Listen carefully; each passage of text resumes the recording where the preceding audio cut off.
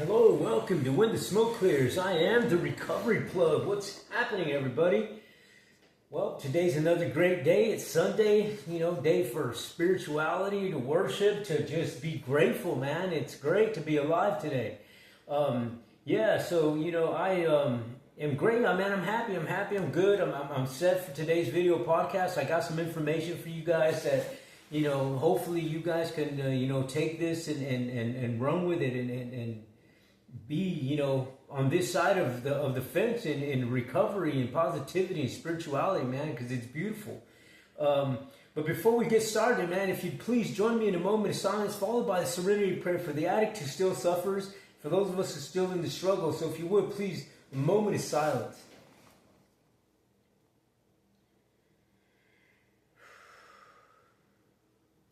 God, grant me the serenity to accept the things I cannot change, courage to change the things I can, wisdom to know the difference. Alrighty, man. Well, thank you so much for joining me today. I know Sundays is a busy day for a lot of people, family day, that sort of thing, and it's just great. And I appreciate you taking time watching my videos. So kudos and thank you very much. I really appreciate that. Let's get started, man. Today I wanted to talk to you guys about something that I kind of was really thinking about. It kind of just jumped out at me earlier. Today I was watching a couple of the things on a few of the podcasts that I like to listen to, and this and that, and one of the things that I kind of thought about was, when you're addicted to something and then to get into treatment and that sort of thing and being in this world of comfort in a sense, and then having to re-enter into your life, back into the life that you know. And that's what I want to talk about today is what do you guys think? How long do you think it takes for someone addicted to not only to drugs, alcohol, but to any addiction, or any stronghold that you have? How long after, entering a facility or if you're trying to kick the habit yourself at home or whatever, you know what I mean? Whatever your situation is, how long does it take for someone to feel like they can go back and enter society again? And that's what I want to talk about. And I'm gonna grab my laptop because I want to read a few things that people write, columnists, some websites, whatever, right? Just to kind of give you an idea of what, people in, treatment centers or just doctors or whoever writing the columns, what they got to say about, how long it takes for an addict to re-enter society in their own terms and in their words, you know what I mean? So I'm going to read a little bit about it, and then I'm going to give you my input on it and give you a little bit of my experience when I had to do that, when I was in a treatment center and had to re-enter society and all those emotional feelings and how I dealt with it and those sort of things. So I'm gonna let me set this mic down here, and I'm gonna switch on to these so that I can read. And we're gonna pull this up here. Okay, the one I'm going to read to you here is, it's from recovery.com. And this thing here is talking about, I'm going to read a little bit of it to you guys so we can kind of, because I researched, I wanted to find out, what websites had to say about the subject. And it says, how long does it take to break an addiction, it says. 5 key factors that affect your timeline. And they go on to say that addiction recovery is a personal journey that looks different for everyone. First, you decide to seek help for substance use disorder. You might wonder how long the process will take.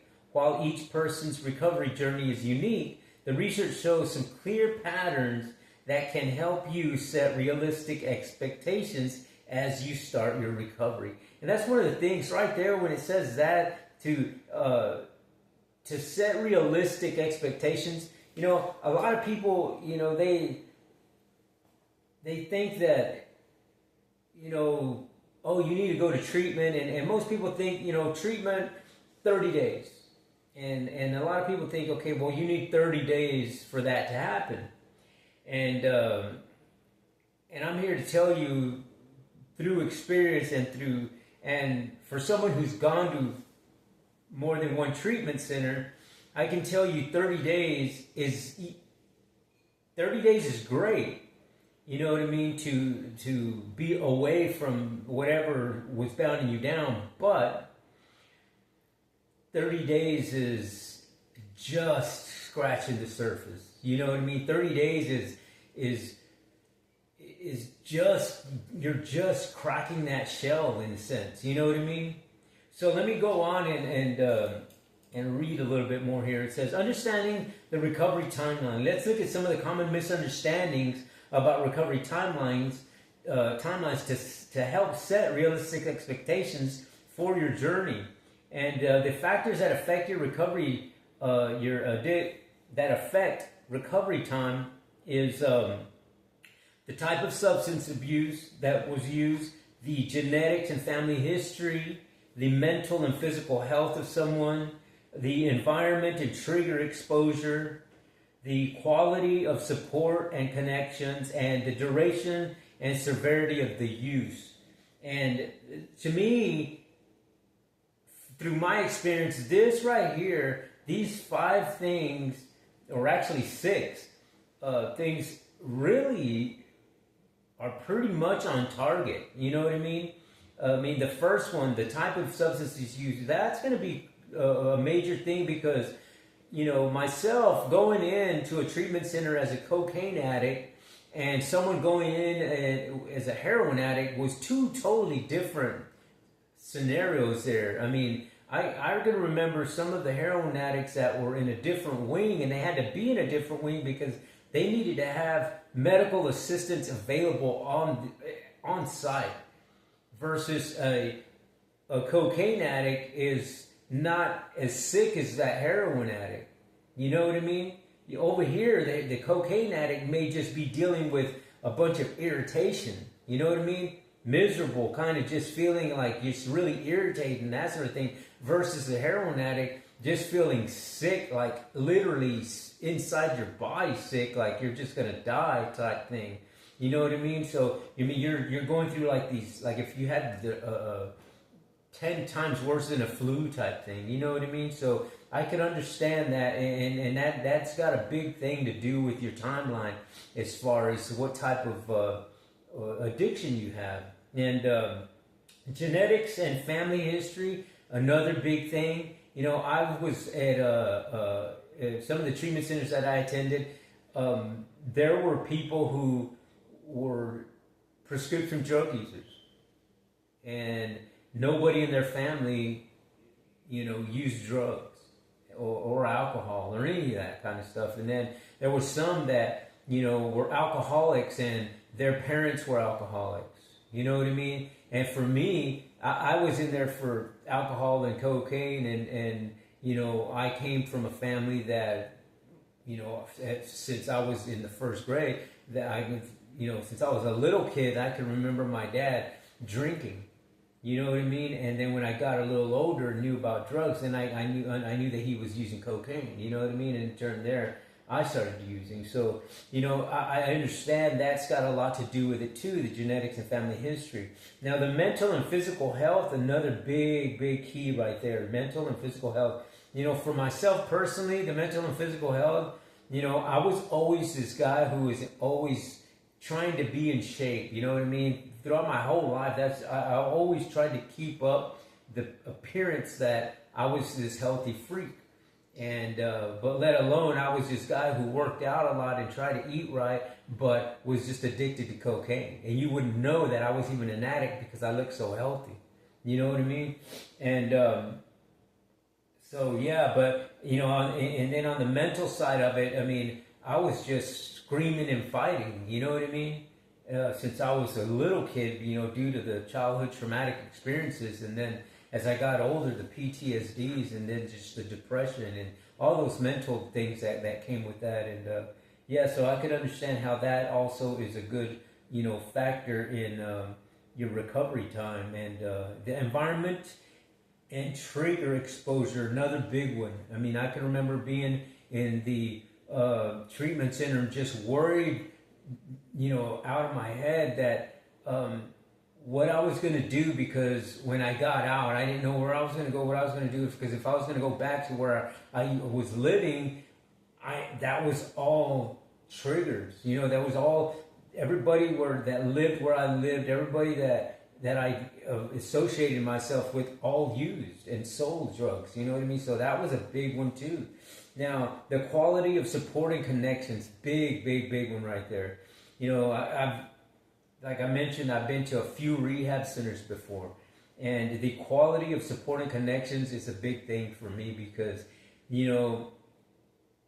I can remember when I disengaged myself from the recovery community and my faith-based community and my spirituality community, then is when I veered back off in relapse. And very important part right there. Okay, now the last one is the duration and severity of use. Big one right there. I could relate to that one as well because, I used my first drug and my first drink of alcohol like when I was, I believe, in the first grade, maybe even younger than that.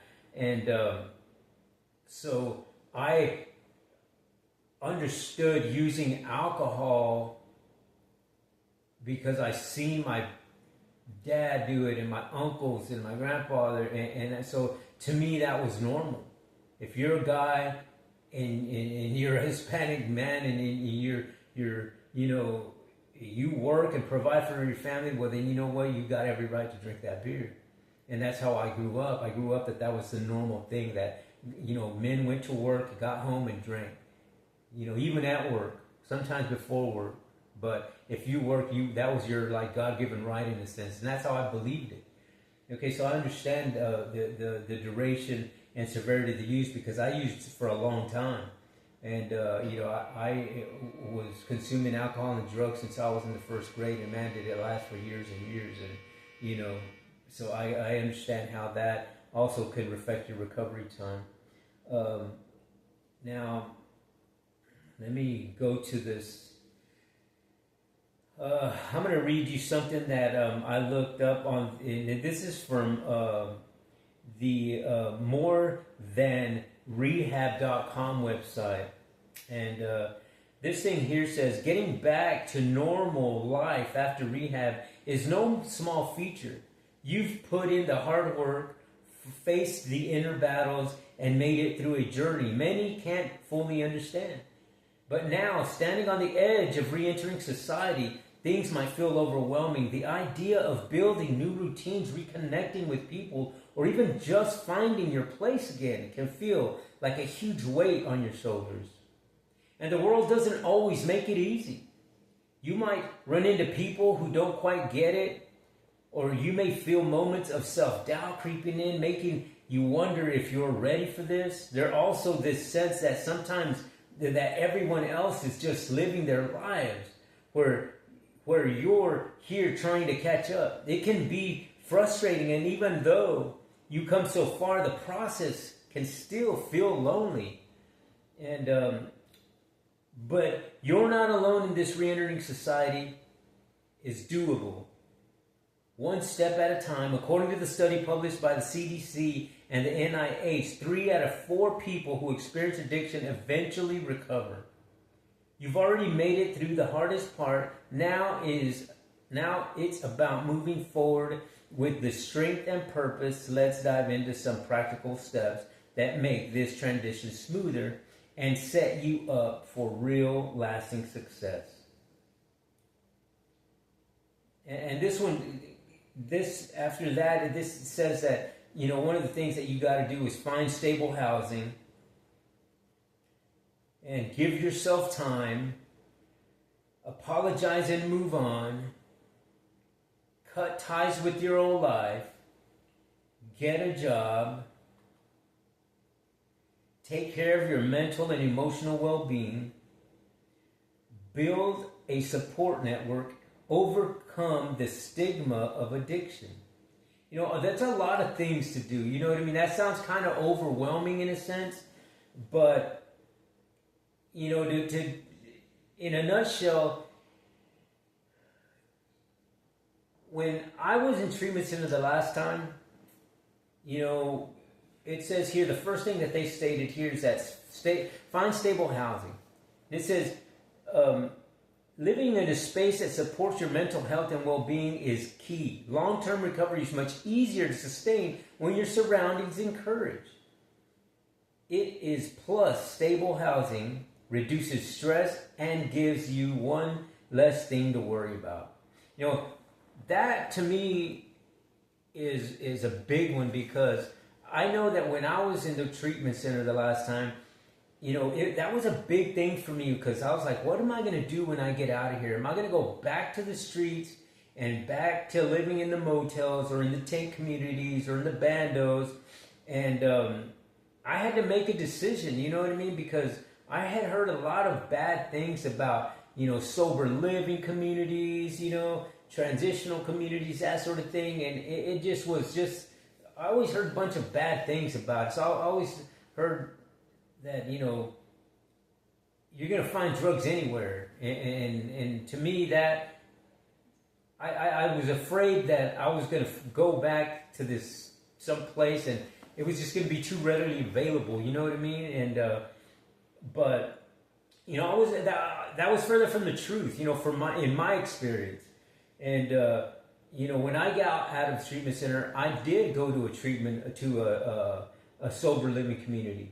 And I stayed there as long as I needed to, you know what I mean? And for me, that transition was going from a treatment center that lasted almost 3 months.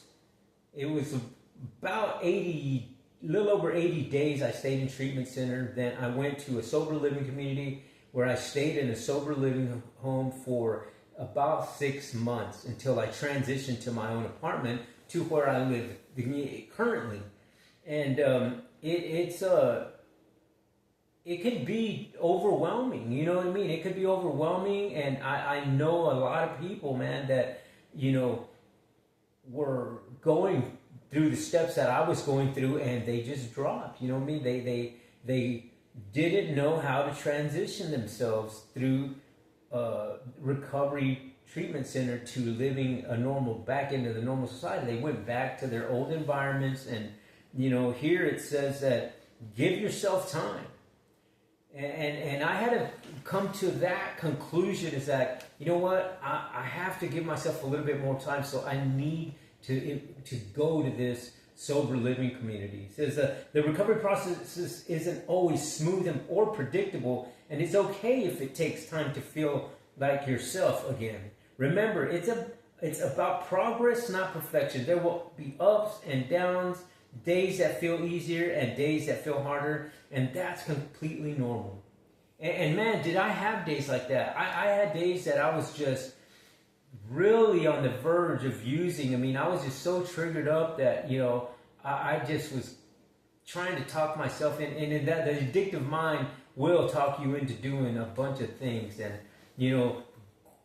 I'm grateful that I had 80-day stint in a recovery center, and then I was, had a 6-month stint in a sober living community, because that allowed me to get into this mindset of positivity and spirituality, and when I would get triggered up, then I knew where to focus my energies and my mindset. You know what I mean? It wasn't, if you would have caught me 2 years beforehand and I had a trigger, then I had no positive mindset at that time. nothing that I was thinking was positive. Everything was always revolved around using. So 2 years ago, if I would have gotten into something that triggered me to use, I would have used. That would have been the first thing I would have done. That I would have done, and it didn't matter if I felt sad, if I felt depressed, if I felt mad, whatever feeling I got, if it was something that I didn't like, that bothered me, then I would go match that feeling right away with drugs. And that's just the way it was. So, yeah, I could understand giving yourself time is a good one. And apologize and move on. And this is apologize and move on. That's just, they're talking about working a 12-step program. You know what I mean? And you don't have to work a 12-step program to make amends to people that, because we've all done that. No matter what kind of a drug addiction you're in, or what kind of addiction you're doing, or you're involved in, or has you bound down, you've hurt somebody, including yourself, in some way, shape, or form. You know what I mean? So it's okay to apologize. And as you should, you know what I mean? Apologize to people that you made wrong whenever you can, you know what I mean? And I can guarantee you it's gonna just take this weight off your shoulders. Even if you're apologizing to yourself, you know what? I screwed up. I'm forgive me for doing it. And a lot of times you feel a whole lot better when you just say it out loud. And I do that a lot. I'll apologize and even if it's to somebody that, whoever it is, and if I apologize and just say their name out loud, even though they're not present, it makes me feel like I'm letting something off of my shoulders, and it just feels good. You know what I mean? And it allows me to move forward.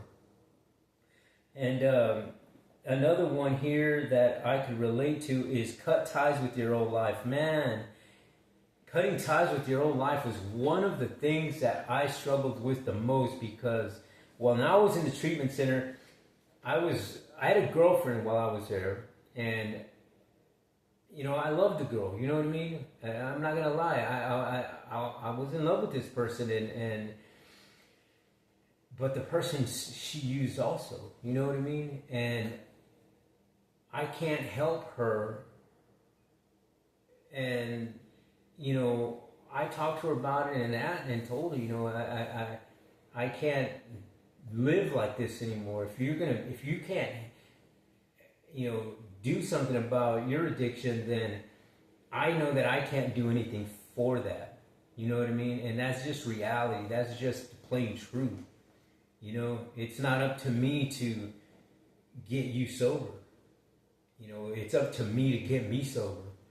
And I had to come to that realization, because it was tough to walk away from somebody that you were with for years. And I was with that girl for about 5 years or so. And so that was a really, really tough thing for me to do, was to remove myself from my own life and cut ties with people, places, and things. And that's exactly what I had to do. I had to remove myself and cut ties with that, like a 360-degree change. It was just tough, because there was a lot of people that I cared for. There was people that I knew that were my friends, that I considered my friends. Whether they considered me a friend or not, I have no idea. But I had people that I really genuinely cared for. You know what I mean? And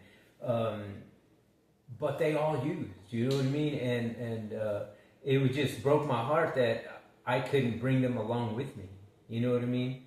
To be in this world of recovery, sobriety, and positivity. I wish I could bring everybody that I've met out when I was in the addiction to this side of recovery, positivity, and spirituality, because this is just a beautiful way to live. And it hurts my heart that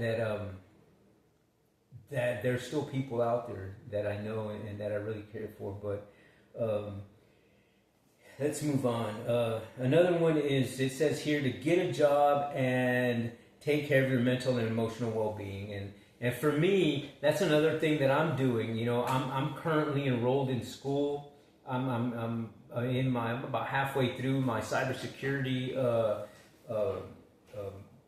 computer analyst specialist school. It's an 11-week program that I'm doing to get these certifications that you need to enter the working world, if you want to enter the working world with computers and that sort of thing, and the IT departments. And so I'm getting all these certifications, and excuse me, that's what I'm doing now. And so the next one, it says take care of your mental and emotional well-being, and that's one thing that I'm really doing is trying to take care of my mental and emotional well-being, because man, was it tough going to that treatment center and then getting out and not being able to go back to the world that I was living in and with the people that I knew. And it was just emotional toll on, taking an emotional toll on me, because I was depressed for a long time. I was sad and depressed, and when I personally get sad and depressed, then these other emotions start coming out, these other memories start comes up, to the surface, like the PTSDs, and then the childhood traumatic experiences, and then just all these things, they just start coming and just, working in my mind, and I have to really be careful with that. And I've been doing a lot of meditation practices. I've been doing a lot of reading on Qigong meditation, the Taoism, Buddhism, Christianity, and just the whole spiritual type thing that I've been involving myself in, and that has really been helping me a lot, man. It really has. And that's one thing that I really recommend to a lot of people, that re-entering society after being addicted to something, taking care of your emotional and mental well-being is a really big thing, because is it so easy to just trip up and get stuck into those sadness and depressions and anger and all those types of things, you know what I mean? So it's critical that you do that. And it says here to build a support network, and building a support network is one of the things that is big for me, you know what I mean? I have involved myself in quite a few things since I've gone to the treatment center, went to the sober living, and been living in my own place for quite some time now. One of the big things for me is participating and in networking and engaging in those communities that are trying to live like you're trying to live, seeking the things that you're seeking, you know what I mean? They want to stay in sobriety. They were looking for spirituality. They're looking for same-minded people, and that's exactly what I'm doing, you know what I mean? So I attend a lot of peer support groups. I attend AA meetings. I attend NA meetings. I go to my church and go attend services, and then I'll go to practice meditations and mantras, and I do cold plunging, I exercise, I watch my diet, a whole lot of things. And but one of the key things is staying connected to those communities, because I even go to music therapy, and that's a really big one for me, because I get to interact with other people that are going through things, you know what I mean? Not everybody at the music therapy is having a drug problem like I did. A lot of people are there for PTSD, mental issues, that sort of thing. But when you go and allow yourself to get out of that comfort zone and look and learn new things, and that's where your brain starts moving and working. You know what I mean?